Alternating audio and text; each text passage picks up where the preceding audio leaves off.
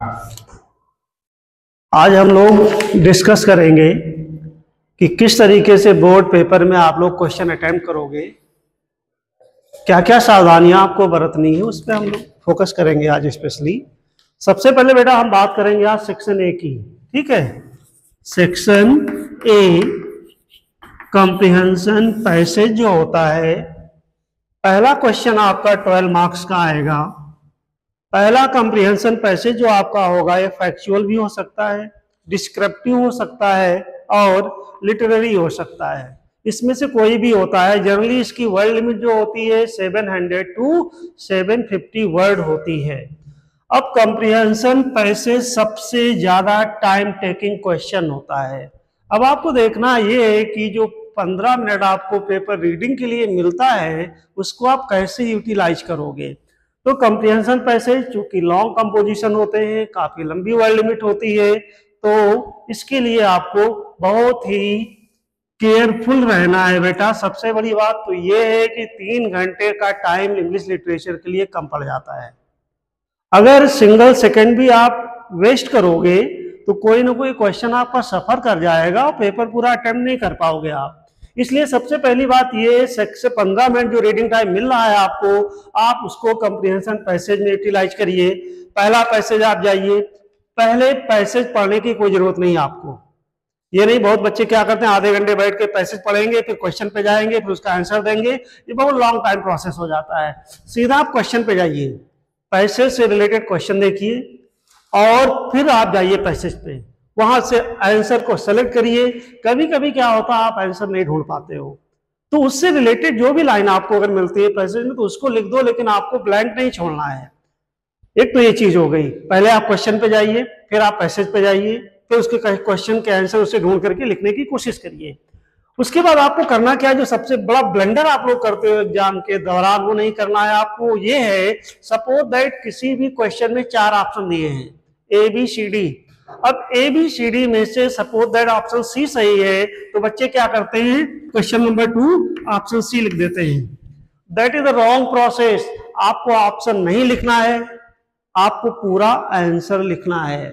क्योंकि अक्सर होता क्या है, टीचर जब कॉपी इवेल्युएट करता है तो उसको ऑप्शन नहीं याद होते हैं, आंसर याद हो जाते हैं, तो इरिटेट होने लगता है। अगर आप लोग ऐसा करते हो तो आपको ये काम नहीं करना है। पहली चीज तो ये कि ऑप्शन नहीं लिखना है, आपको पूरा आंसर देना है, ठीक है। तो ये पहला जो 12 नंबर का 12 मार्क्स का कॉम्प्रिहेंशन पैसेज आएगा, इसको आपको ध्यान देना है। दूसरा क्वेश्चन जो बेटा इसका आपका होगा, ये भी कॉम्प्रिहेंशन पैसेज का होता है, 10 मार्क्स का होता है। और ये पैसेज जनरली जो होगा वो स्टैटिकल हो सकता है, स्टैटिकल डेटा, चार्ट, कुछ भी हो सकता है इस टाइप से, उसको आपको ध्यान रखना है। और ये थोड़ा मुश्किल होता है क्योंकि एक पैसेज अगर इजी आ गया तो दूसरा थोड़ा सा घुमाते हैं, तो उसको आपको ध्यान देना है कि गड़बड़ नहीं होनी चाहिए। उसको भी क्वेश्चन आप पहले पढ़िए, डेटा अगर दिया है डेटा को पढ़िए, आप देखिए, और उसके बाद उसके क्वेश्चन के आंसर देने की आप कोशिश करिए। क्योंकि पैसेज जो है ये 22 मार्क्स बहुत इजीली आप गेन कर सकते हो, इसके लिए बहुत कुछ आपको नहीं करना है। तो सेक्शन बी में ए में बेटा जो है आपको बहुत ही ध्यान देना है। 22 मार्क्स आपको गेन करने, इसके लिए आपको कुछ नहीं करना है। पैसेज को थारोली, केयरफुली, अटेंटिवली रीड करना है, रीड करने के बाद क्वेश्चन पे जाना है, उसके बाद उसके आंसर अटेम्प्ट करना है, ठीक है। तो ये तो क्वेश्चन 1, 2 की बात हो गई जो कॉम्प्रिहेंशन पैसेज का पार्ट होगा आपके एग्जाम में। उसके बाद सेक्शन बी जो है ना, वो हम डिस्कस कर चुके हैं इसके पहले, लेकिन फिर से एक बार मैं बता दे रहा हूं सेक्शन बी के बारे में। 10 मार्क्स का जो आएगा, नोटिस आपकी 4 मार्क्स की आनी है, इन्विटेशन 4 मार्क्स का आना है, लेटर 5 मार्क्स का आना है, रिपोर्ट और आर्टिकल 5 मार्क्स की आनी है। नोटिस बेटा फॉर्मेट बिल्कुल सही होना चाहिए, उसमें गलती मत करना, बॉक्स में लिखना है, 50 वर्ड लिमिट आपकी होनी चाहिए, उसमें कोई वेरिएशन नहीं होना चाहिए, ठीक है। कंटेंट आपको सही देना है, और एक आंसर लिखने के बाद मैक्सिमम 2 लाइन्स आप लीव करिए, एक लाइन ड्रॉ करिए, उसके बाद अगला क्वेश्चन शुरू करिए। गैपिंग आपको देनी है एक आंसर दूसरे आंसर के बीच में, ध्यान रखिएगा आप लोग।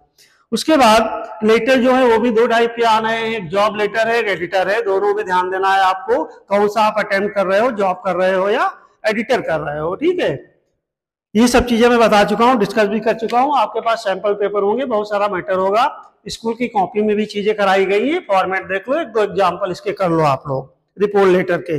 अब थोड़ा हम डिस्कस करेंगे सेक्शन सी पे थोड़ा एलाबोरेटली, क्योंकि 40 मार्क्स तो आपके क्वेश्चन पेपर से आपको मिलने हैं, आपको कुछ नहीं करना है, क्योंकि लेटर के लिए, नोटेशन के लिए, आर्टिकल के लिए, रिपोर्ट के लिए सब में क्लूज गिवन होते हैं, हिंट्स गिवन होती है, इसलिए आसानी से आप क्वेश्चन को अटेम्प्ट कर सकते हो। और सेक्शन ए का आंसर तो पैसे से ही आपको देना है, ठीक है।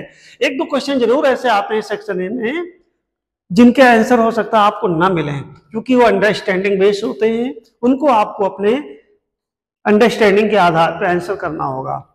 सेक्शन सी बेटा जो है क्वेश्चन नंबर 7 जो आपका होगा आरटीसी होगा, 2 आरटीसी होंगे, 2 पोएम से होंगे, 2 स्टैंजा पोएम के होंगे, 5 पोएम जो आपके सिलेबस में है उनमें से किसी 2 पोएम से 2 स्टैंजा आएंगे और उस स्टैंजा पे बेस्ड 6 क्वेश्चंस होंगे। 6 मार्क्स का पहला आरटीसी आपका ये आता है। अब आपको एक चीज मैं और बता दूं, डायरेक्ट आंसर नहीं पूछे जा रहे हैं, बोर्ड ने थोड़ा पैटर्न अपना चेंज कर रखा है। एक क्वेश्चन ट्रू फॉल्स का आ गया, तो एक question fill in the blanks का आ गया, कभी कभी एक रीजन असर्शन का आ गया, एक वन लाइनर आंसर का आ गया। इस टाइप से क्वेश्चन पूछे जा रहे हैं क्वेश्चन 7 में आरटीसी के। तो इसके लिए अगर यदि आप लास्ट की 2 पोएम पढ़ लो तो हो सकता है आपको एक आरटीसी मिल जाए, या स्टार्टिंग की 2 पोएम पढ़ लो हो सकता है आपको एक आरटीसी मिल जाए, ठीक है। 5 ही पोएम है बेटा। माय मदर 66 का एक वीडियो मैंने बनाया भी था और बताया भी था आपको। दूसरी पोएम जो आपकी है कीपिंग क्वाइट, पैब्लो नेरूदा की है। थोड़ा बीच बीच में समराइज भी कर रहा हूं पोएम को, चूंकि टाइम है नहीं बिल्कुल।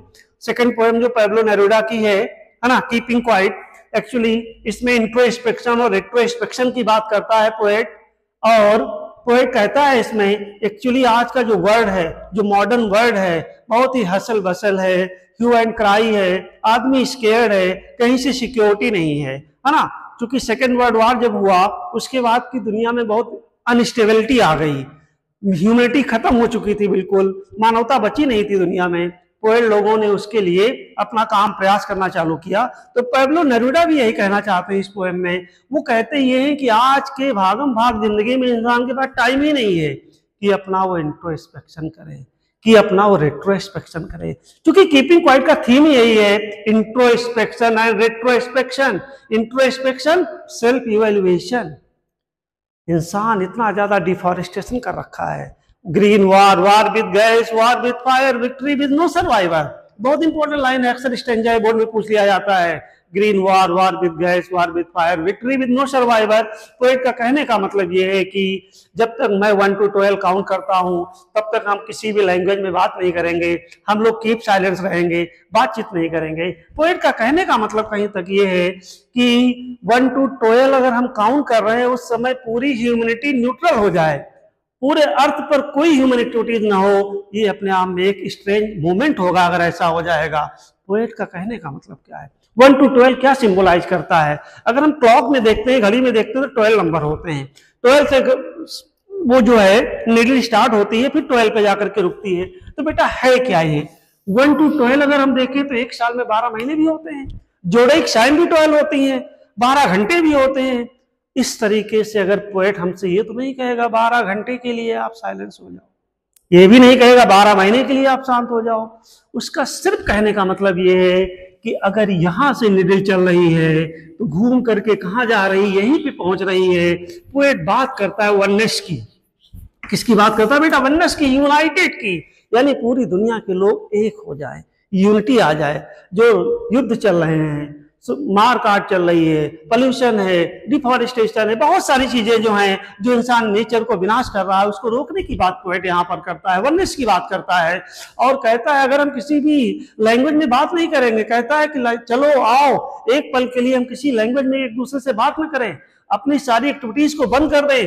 फिशरमैन जो है मछली पकड़ना रोक दे, साल्ट की माइनिंग में काम करने वाला जो माइनर्स है वो साल्ट को गैदर करना रोक दे, जो लोग पेड़ों को काट रहे हैं, जो लोग ग्रीन वार मतलब डिफॉरेस्टेशन कर रहे हैं, वार विद गैस मतलब जो लोग पोल्यूशन को इंक्रीज कर रहे हैं, बढ़ा रहे हैं, ये सारी ह्यूमन एक्टिविटीज रुक जाए और इन सबको रोक करके इंसान अपना सिर्फ इंट्रोस्पेक्शन करे, सेल्फ इंट्रोस्पेक्शन करे, अपना रेट्रोस्पेक्शन करे। रेट्रोस्पेक्शन मीन्स होता है पास्ट में की गई मिस्टेक्स को आप रिकॉल करिए और फ्यूचर में वो ना हो उन पर आप काम करिए।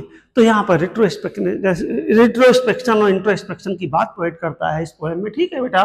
और लास्ट में एक पैरा इसका बहुत इंपॉर्टेंट है जो अक्सर पूछा जाता है, चल रहा है बेटा, आवाज आ रही तुम लोग मेरी? हेलो, अरे यहाँ बहुत सारे लोग लाइव हैं। ठीक है। तो लास्ट में नहीं कहता अर्थ जो है हमारी सबसे अच्छी टीचर है, सबसे अच्छा हमें वो टीच करती है। अर्थ कैसे टीच करती है? आप अक्सर देखते हो जो विंटर का मौसम आता है, कोहरा गिरता है, पाला गिरता है, जिससे पूरी नेचर डिस्ट्रॉय हो जाती है। और उसके बाद जैसे ही बसंत ऋतु ऑटम सीजन आता है, पूरी की पूरी नेचर रिवाइव हो जाती है। तो हमको नेचर से सीखना है। अगर धरती में, जमीन में एक बीज हम बो देते हैं ना, तो कुछ दिन तक वो पड़ा रहता है डॉर्मेंट स्टेज में, एकदम से फिर क्या होता है, वो एक प्लांट में ग्रो हो जाता है। सेम उसी तरीके से इंसान को क्या करना चाहिए, हम लोग आपस में एक साथ यूनिवर्सल ब्रदरहुड की फीलिंग लाएं, हाथ में हाथ डाल करके, नए कपड़े पहन करके। नए कपड़े पहनने का मतलब पोएट का ये है कि इंसान जो है इतना ज्यादा गंदा हो चुका है, इतना ज्यादा अत्याचार कर चुका है, क्राइम कर चुका है, वो युद्ध कर चुका है कि उसके पूरे हार्ट चेंज की जरूरत है। तो यहाँ पर पोएट का मेन थीम मैसेज यही है, वो दुनिया को अवेयर करना चाहता है, सभी प्रकार के युद्ध रोक देने चाहिए इंसान को, और युद्ध रोकने के बाद अपना इंट्रोस्पेक्शन करे, सेल्फ रेट्रोस्पेक्शन करे, अभी तक जो गलतियां उसने की उनको रोके वो, और नेचर का विनाश करना रोक दे, आपस में बैठे बातचीत करें, और हम लोग जो है यूनिवर्सल ब्रदरहुड पे वर्क करें। तो ये जो है थोड़ी सी एक पोएम थी जो कीपिंग क्वाइट, उसके बारे में डिस्क्राइब मैंने कर दिया, बाकी आप देख लीजिएगा। 6 नंबर का एक आर्टिस्ट आता है। और अगली पोएम बेटा जो आपकी है अ थिंग ऑफ ब्यूटी है, जॉन कीट्स की है। थोड़ा सा ओवरव्यू मैं 5 मिनट का इस पे भी दूंगा, बहुत ज्यादा नहीं चूंकि टाइम है। तो थिंग ऑफ ब्यूटी जॉन कीट, जो कि रोमांटिक एरा के पोएट थे जॉन कीट, है ना। और जॉन कीट बहुत ही कम उम्र में 24 साल के आसपास इनकी डेथ हो जाती है। एक बुक इन्होंने लिखी थी, इंडियन पोएटिक रोमांस, इसी से पहला स्टैंजा ये है पोएम का, a thing of beauty a joy for ever. तो पोएट यहाँ थिंग ऑफ ब्यूटी की बात करता है कि वो चीजें जो हमेशा इंसान को खुशियां देती रहे, प्रसन्नता देती रहे, जिसको देख के इंसान हमेशा खुश रहे, वही ब्यूटी क्या है, वही थिंग्स क्या है, ब्यूटीफुल थिंग्स हैं। सबको हम ब्यूटीफुल थिंग्स नहीं कह सकते, उन्हीं चीजों को हम ब्यूटीफुल थिंग्स कह सकते हैं जो चीजें जब भी हम देखें, मतलब समय के साथ साथ जिनकी खूबसूरती हमेशा बढ़ती रहे, कभी कमी न पड़े, उनको ब्यूटीफुल थिंग्स पोएट कहता है। और बहुत सारे एग्जाम्पल देता है पोएट, जैसे कहता है गर्मी के मौसम में हम क्या होते हैं, गर्मी से बिलबिलाते हैं, पसीना पसीना हो जाते हैं।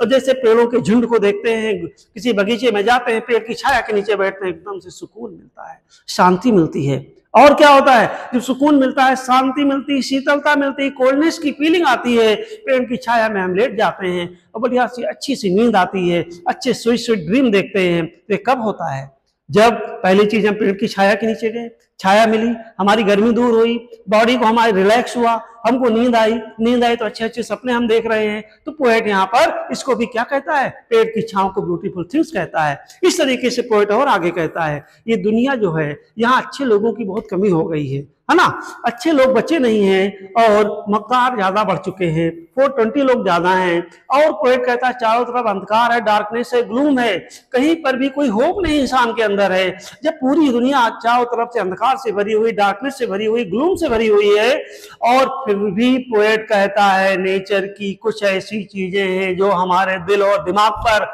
अंधकार रूपी डार्कनेस जो की एक कवरिंग, एक लेयर चढ़ी हुई है, ये नेचर की बनाई हुई खूबसूरत चीजें हमारे उस डार्कनेस को दूर करने का काम करती हैं। इसमें पोएट कुछ एग्जाम्पल देने की बात करता है कि ये चीजें हैं जो इंसान के दुख को दूर करती हैं, उसके दिल दिमाग में जो एक कवरिंग चढ़ी हुई है डार्कनेस की, उसको दूर करने का, रिमूव करने का काम करती हैं।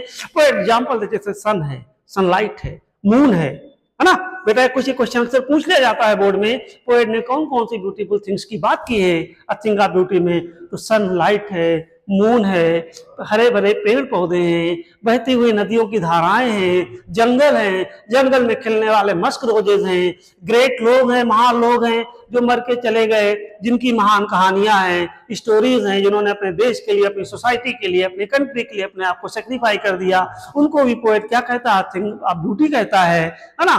तो इन सब सारी चीजों का एग्जाम्पल देता है। हाँ बेटा, राइटिंग तो अभी डिस्कस कर चुके हैं यार, बता चुका हूं राइटिंग, अभी तो रिपीट करता हूं, अभी जो कर रहा हूं देखिएगा, ठीक है। इस तरीके से बहुत सारी चीजों की पोएट बात करता है।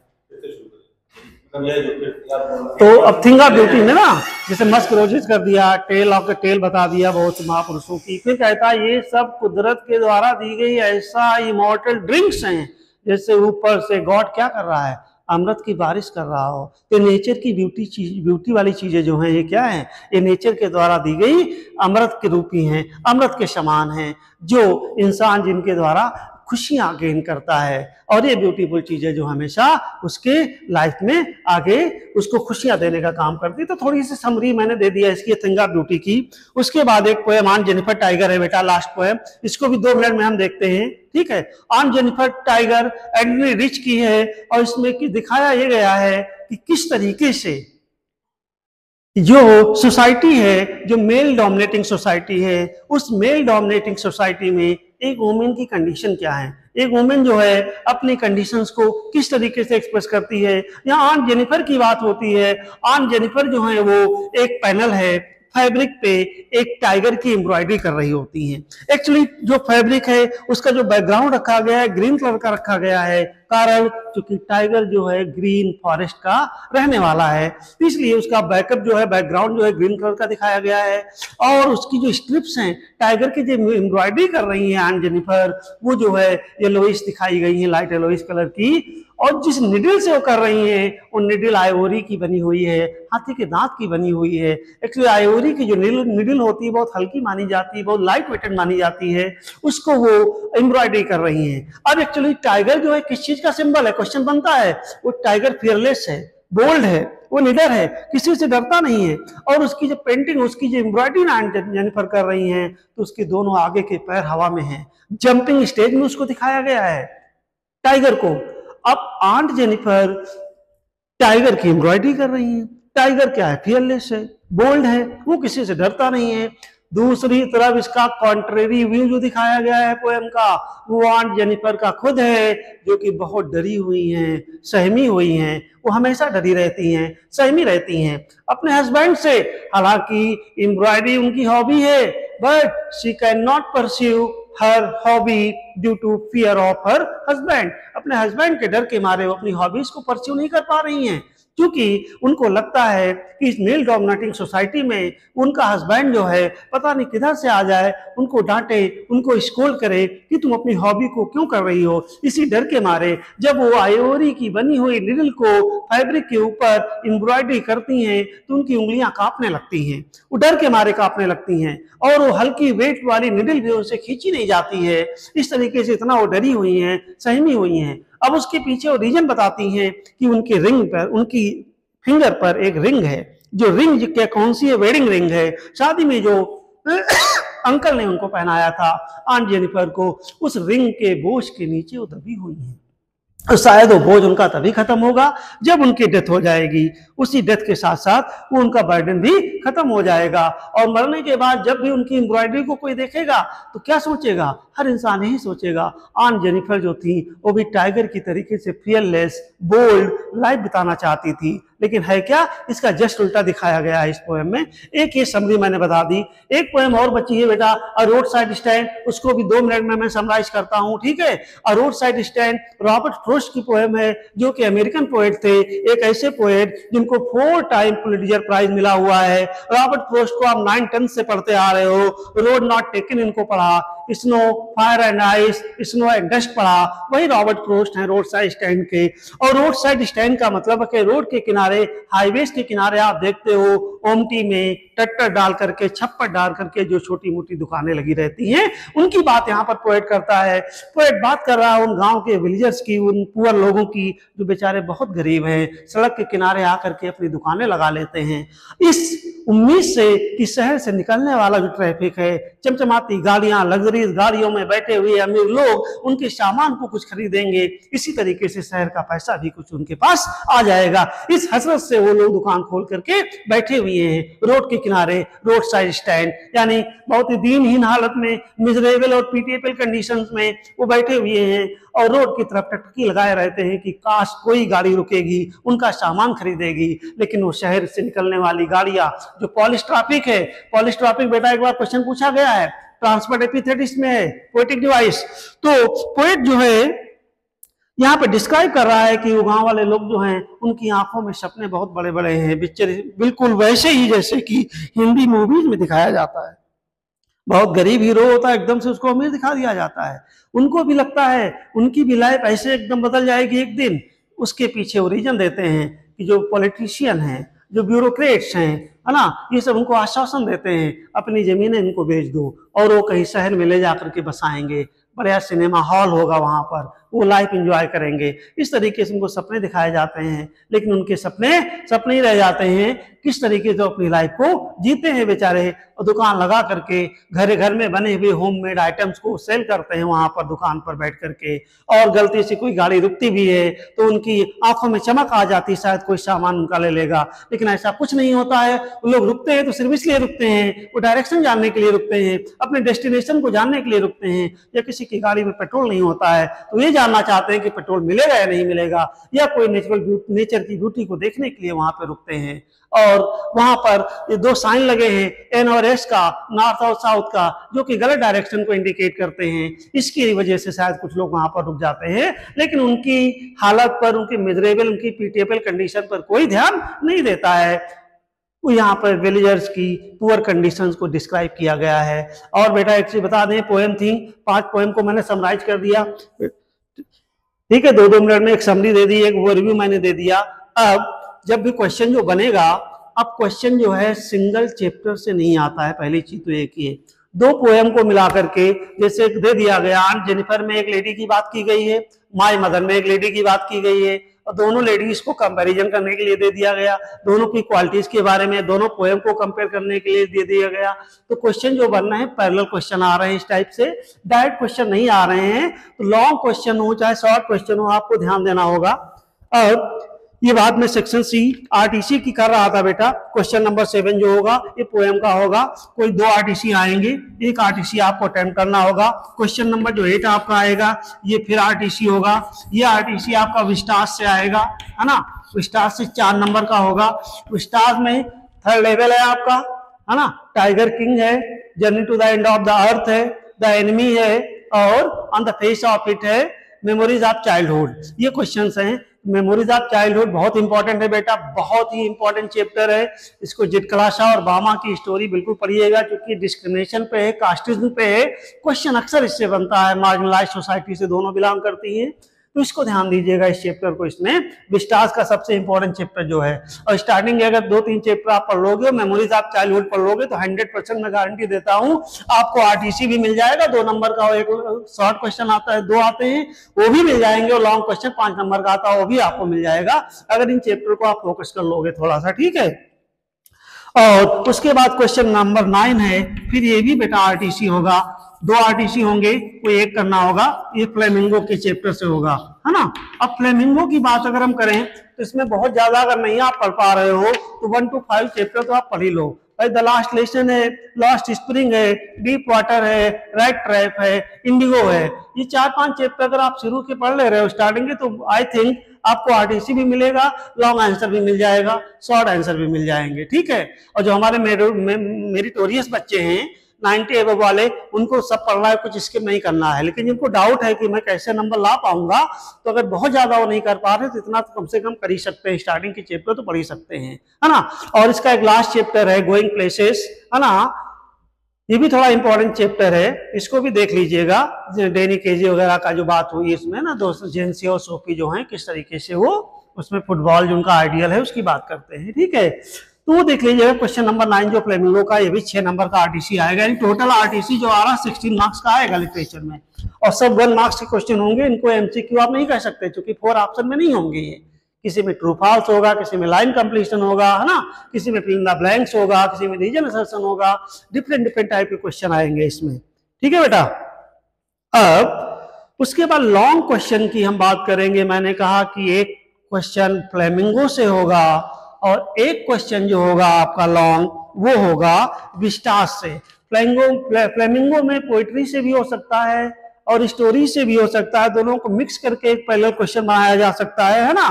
और इंसिडेंट पे बेस होगा, थीम पे बेस होगा, पैसेज, एक्सट्रैक्ट, इवेंट, किसी पर भी बेस आ सकता है। अब लॉन्ग आंसर लिखने की सबसे बड़ी जो इंपॉर्टेंट चीज है वो ध्यान देना है आपको। अगर पैरेलल क्वेश्चन बेटा आ रहे हैं तो आपको 3 पैरा में कम से कम आंसर देने ही होंगे। आपको 3 पैरा से कम पे काम नहीं चलेगा, क्योंकि 120 to 150 वर्ड्स में आंसर आपको देना होगा।